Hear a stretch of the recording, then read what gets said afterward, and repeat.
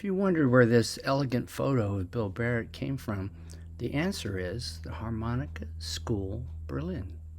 If you go to their website, www.harmonica-school-berlin, you'll get the full flavor of the workshops, courses, and the inspiration they provide.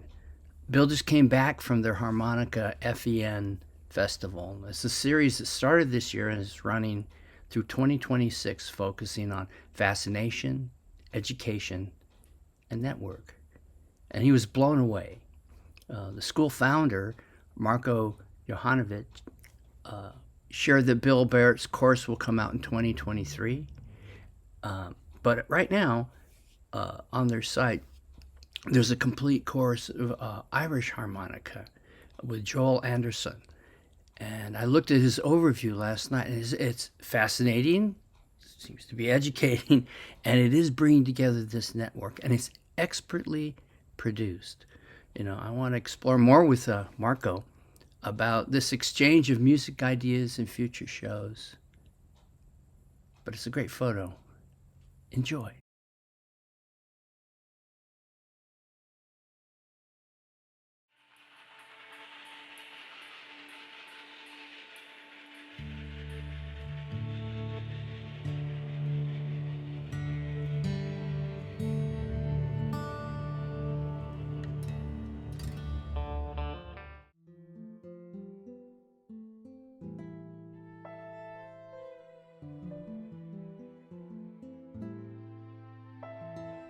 This is Michael McGriff reading Inversion. There's no suffering among dandelions, in the way the corral gate swings open, or how the gears stay up late to keep the wrists of the dead company. And there's no suffering in silt, or the word marsh, or in the quadratic equation, which scurries beneath the floorboards of my thought like a mouse drunk on plum wine. There's no suffering in the steam backlit and seared into the world at an early hour, with the horse as its guide. And there's no suffering in leg bolts or U-joints, nor in the sexed-up shadows of grain elevators. There's no suffering in the verb itself, to suffer, which, in my kin's tongue, means charged by the side of an owl, let loose from a barbed hook, returned to the reservoir of the mind. Today, I'm a chemical emulsion that burns light onto paper, a 3-cent stamp honoring a woman whose name is cloth spread throughout a meadow, mortar setting up in a constant breeze. The mountain air takes a handful of memories from my chest, spreads them before me like pewter figurines until I feel like a tube of lipstick with an erotic name, or the long vowels in a wave's trough, all hum and echo.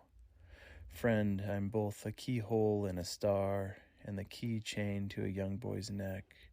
I'm the thistle and its bloom, Father Rack and Pinion Sun, gravel and its dust. And here before you now, I'm on a measure of consonants, gnawing the green roots from a blinded moon, where I say, to hell with kings and jeweled blood, for in this kingdom suffering shall be, but never be invented.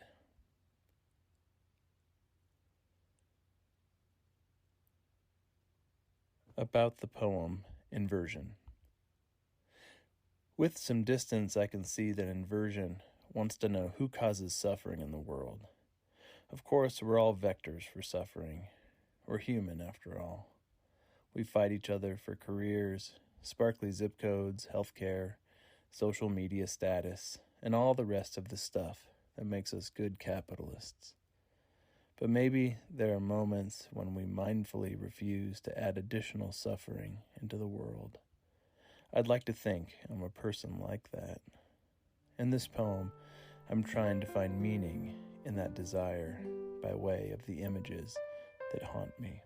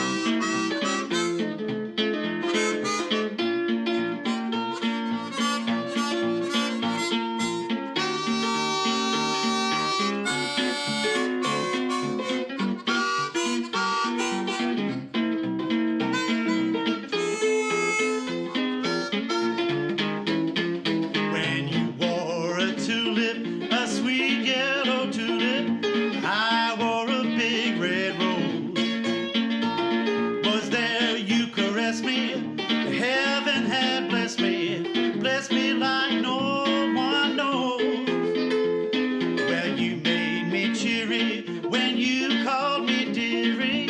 Down where the bluegrass grows, your lips were sweeter than julep when you wore a tulip, and I wore a big red rose.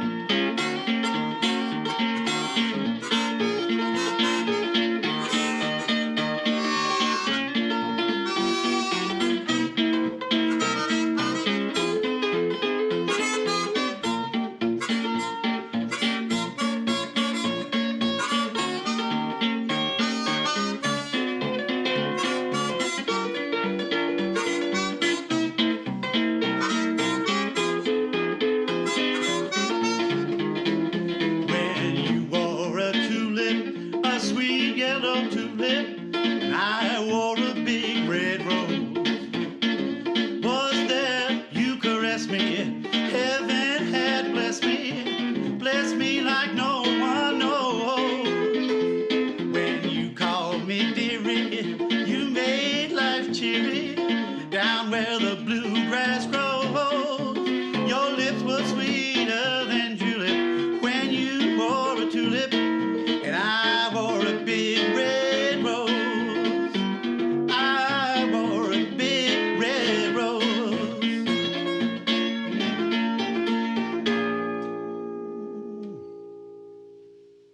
Welcome, Bill Barrett, to the Lo-Fi Lounge. I'm so glad you're here, man.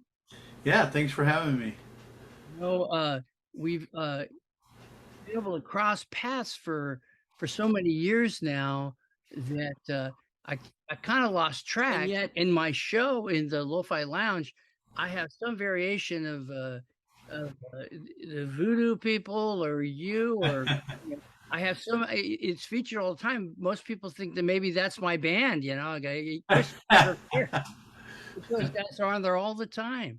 Well, I hope I'm part of the adjunct faculty for Danger University. Just tell me just sort of your history with the harmonica and how you got into the business, and it's kind of fascinating how you were drawn in. Yeah, I mean, it's sort of a similar story for everyone that started playing in the 70s. You didn't know anybody else. There wasn't an internet. And I lived in Orlando, Florida. And so there were no other players. I didn't think. And then I found out there were a couple of people that played. But you just bought records and tried to learn off of them yourself. So was that your first thing you were drawn to? I played guitar first, but I had such an awful guitar, and I was taking lessons at the YMCA, and I was a kid, and they put me in the adult class with this guitar that flew out of tune immediately, you know. Yeah. And I was embarrassed, and plus I had to miss Barney Miller because it was on Thursday nights, so so I stopped taking lessons as much, and I remember my friend Dan O'Brien kept taking lessons. He's a great guitar player now. I kept playing guitar though. But I had friends who played guitar better than I did, and harmonica seemed like a good way to go. Although everyone was into punk rock, and there wasn't really a seat at the table. You would think that there would be, because of short of distortion on a guitar, harmonica actually is the rudest sound. Oh yeah, I mean you can definitely get some thoroughly impolite sounds out of the harmonica for sure.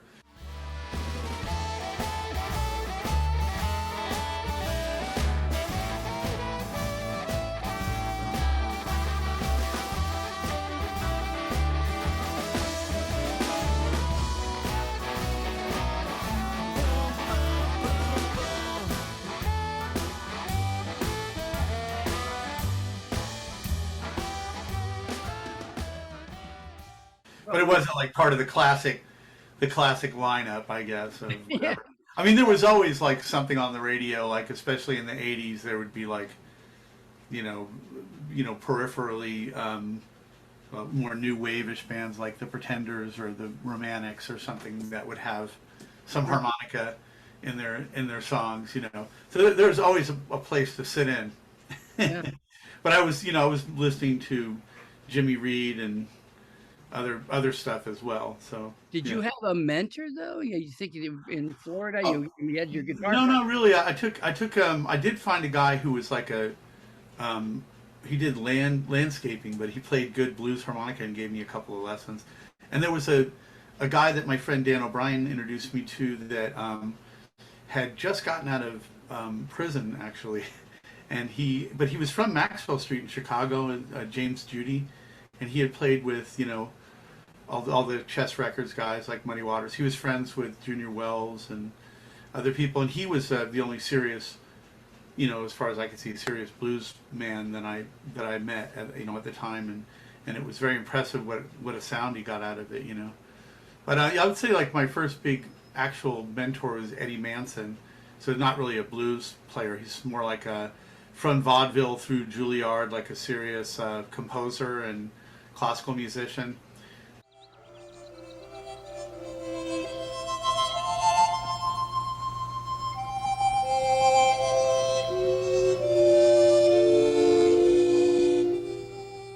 There's a bunch of them, like 10 or 15 of these guys that were big in New York, like in the 40s and 50s, and Right. some of them were he was part of the Harmonica Rascals.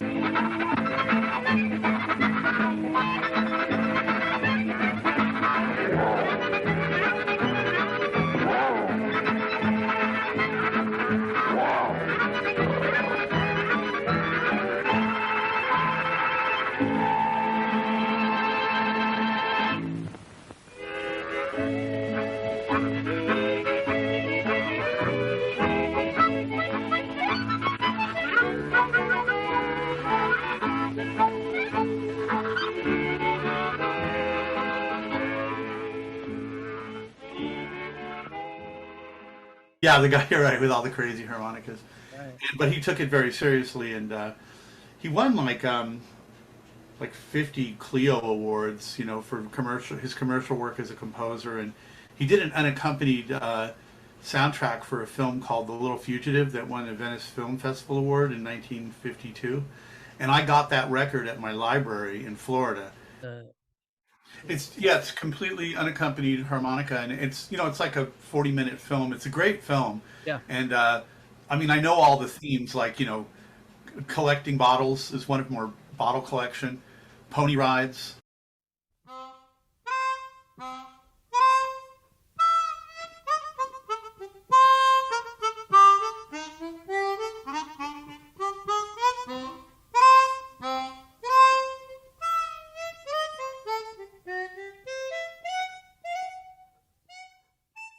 And then when I moved to LA, well, actually to Orange County, I met a guy named Mark Wheeler who said, "Well, I have Eddie's phone number," and he gave me his phone number, and I called him up, and I talked his ear off for 20 minutes about how great he was, and at the end of which he just said, "Are you looking for instruction, Mr. Barrett?" And I said, "Yes." And I was actually homeless at the time, and working at for two music stores teaching lessons, and it was like $50 lesson. And I had to get to Hollywood. I had to take like 5 buses, but it was well worth it. And I still have all the recordings of the lessons. I tried to listen to one during the pandemic, during the quarantine. It was just painful hearing me ramble on. Yeah. He's giving me great advice, and I'm wanting something else. Yeah. There's a bunch of them, but Charlie Layton in New York, and Leo Diamond. There's all these guys that you've heard them, but you don't know. Like Moon River, the original Moon River is a harmonica vehicle. That's Leo Diamond, I think, or George Fields, I forget. But yeah, there's all these guys that were in the studios with that are on the in the backgrounds of all these movies that we hear, from Larry Adler to John Sebastian's father, John Sebastian Sr. Was a brilliant. He was on Deutsche Grammophon, and he had a bunch of Bach records out and stuff.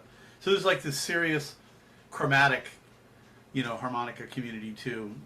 Running a parallel life to like the folk scene, blues scene, diatonic harmonica revival of the mid '60s or so to the present. Yeah. So when did you, along the line, start moving and using chromatic? I played just diatonic until like 1980 or 80, 81, and then I picked up a chromatic and I just really liked it. I played them both for 20 years. I just stopped playing the diatonic as much, and then eventually I a couple times rather, I told myself no diatonic, so that I could get, the sounds I was getting out of diatonic more out of chromatic. I would tend to, like, if it was a blues gig and it was a real down blues, I'd grab my diatonic. And if it was something that was more melodic or had any chord changes, I'd grab my chromatic. And I wanted to be able to do both on either. So, yeah, then it just seems like, it became my specialty. I think I just wanted to be as unsuccessful as possible. So, constantly narrow down the range of an audience I can have, so that eventually no one will be able to appreciate anything I do. Yeah, if you followed on that path, absolutely. Yeah, I'm working on it. Yeah. Pushing people out of the way. Right. On. An audience. Let's end that here.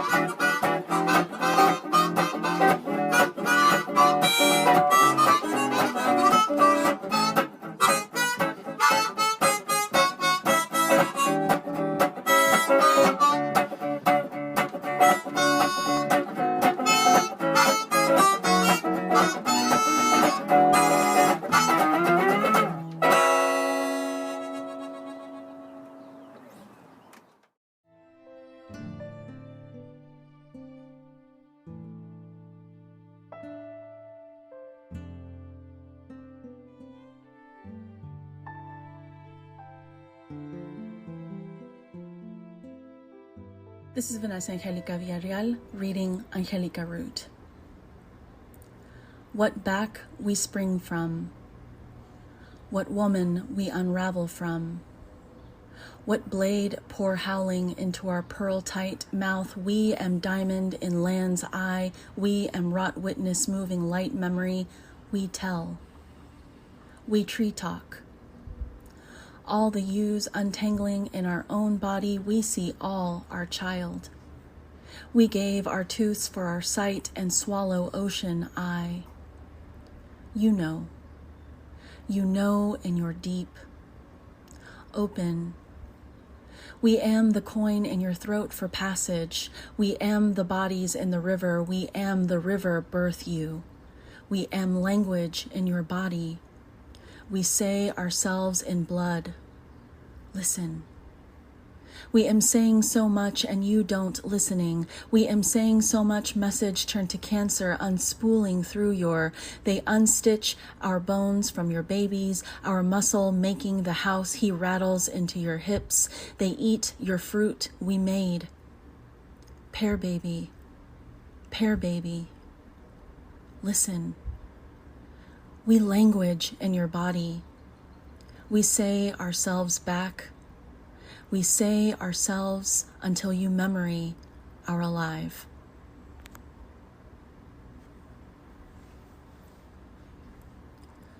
One of the most confounding and mystifying experiences I've ever had with language was translating for my grandmother in early childhood while my own English was developing. To translate as a child of immigrants is to attempt registers of language and feeling beyond your maturity level, so that language itself becomes a site of failure, haunted by the unsayable and the unsaid. This poem is an act of deep listening, an attempt to hear the voices of the dead in their afterlives, heed their warnings, and embrace the imprecision of my childhood translation as the memory of a spiritual language with its own poetic logic.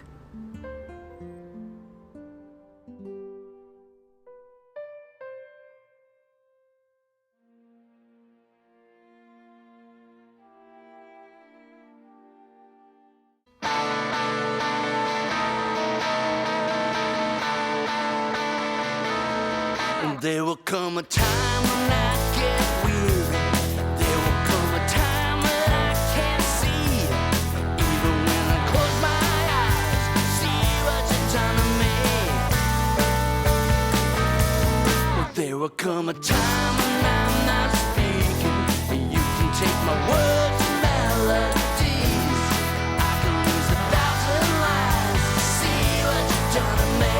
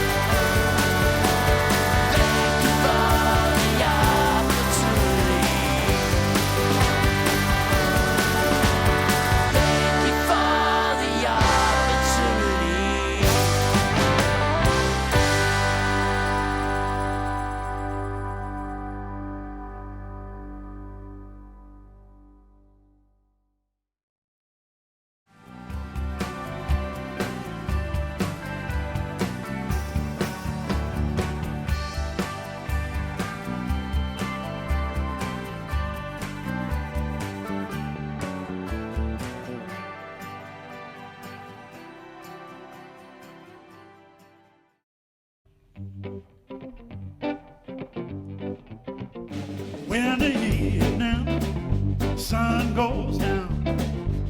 I'm gonna wear my heavenly gown, and I won't have to cry no more when the evening sun goes down.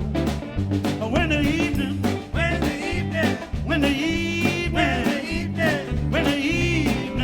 sun goes down, I'm gonna wear my heavenly gown.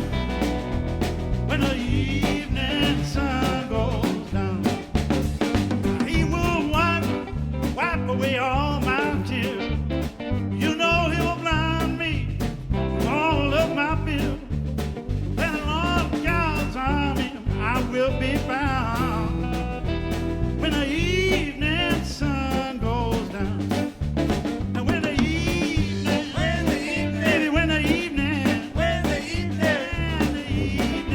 sun goes down, I'm gonna wear my heavenly gown. When the evening sun goes down. Take it down. Go, Jerry.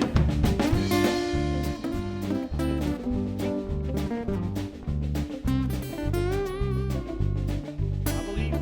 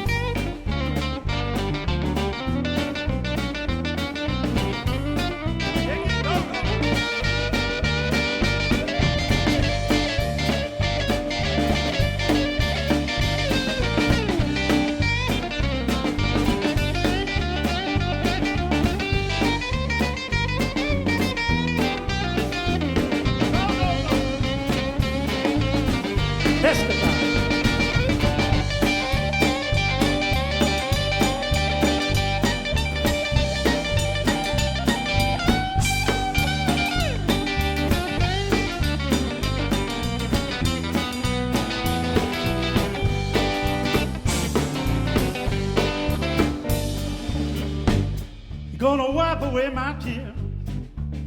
You know he will blind me to all of my fears. Then in Lord God's army I will be bound when the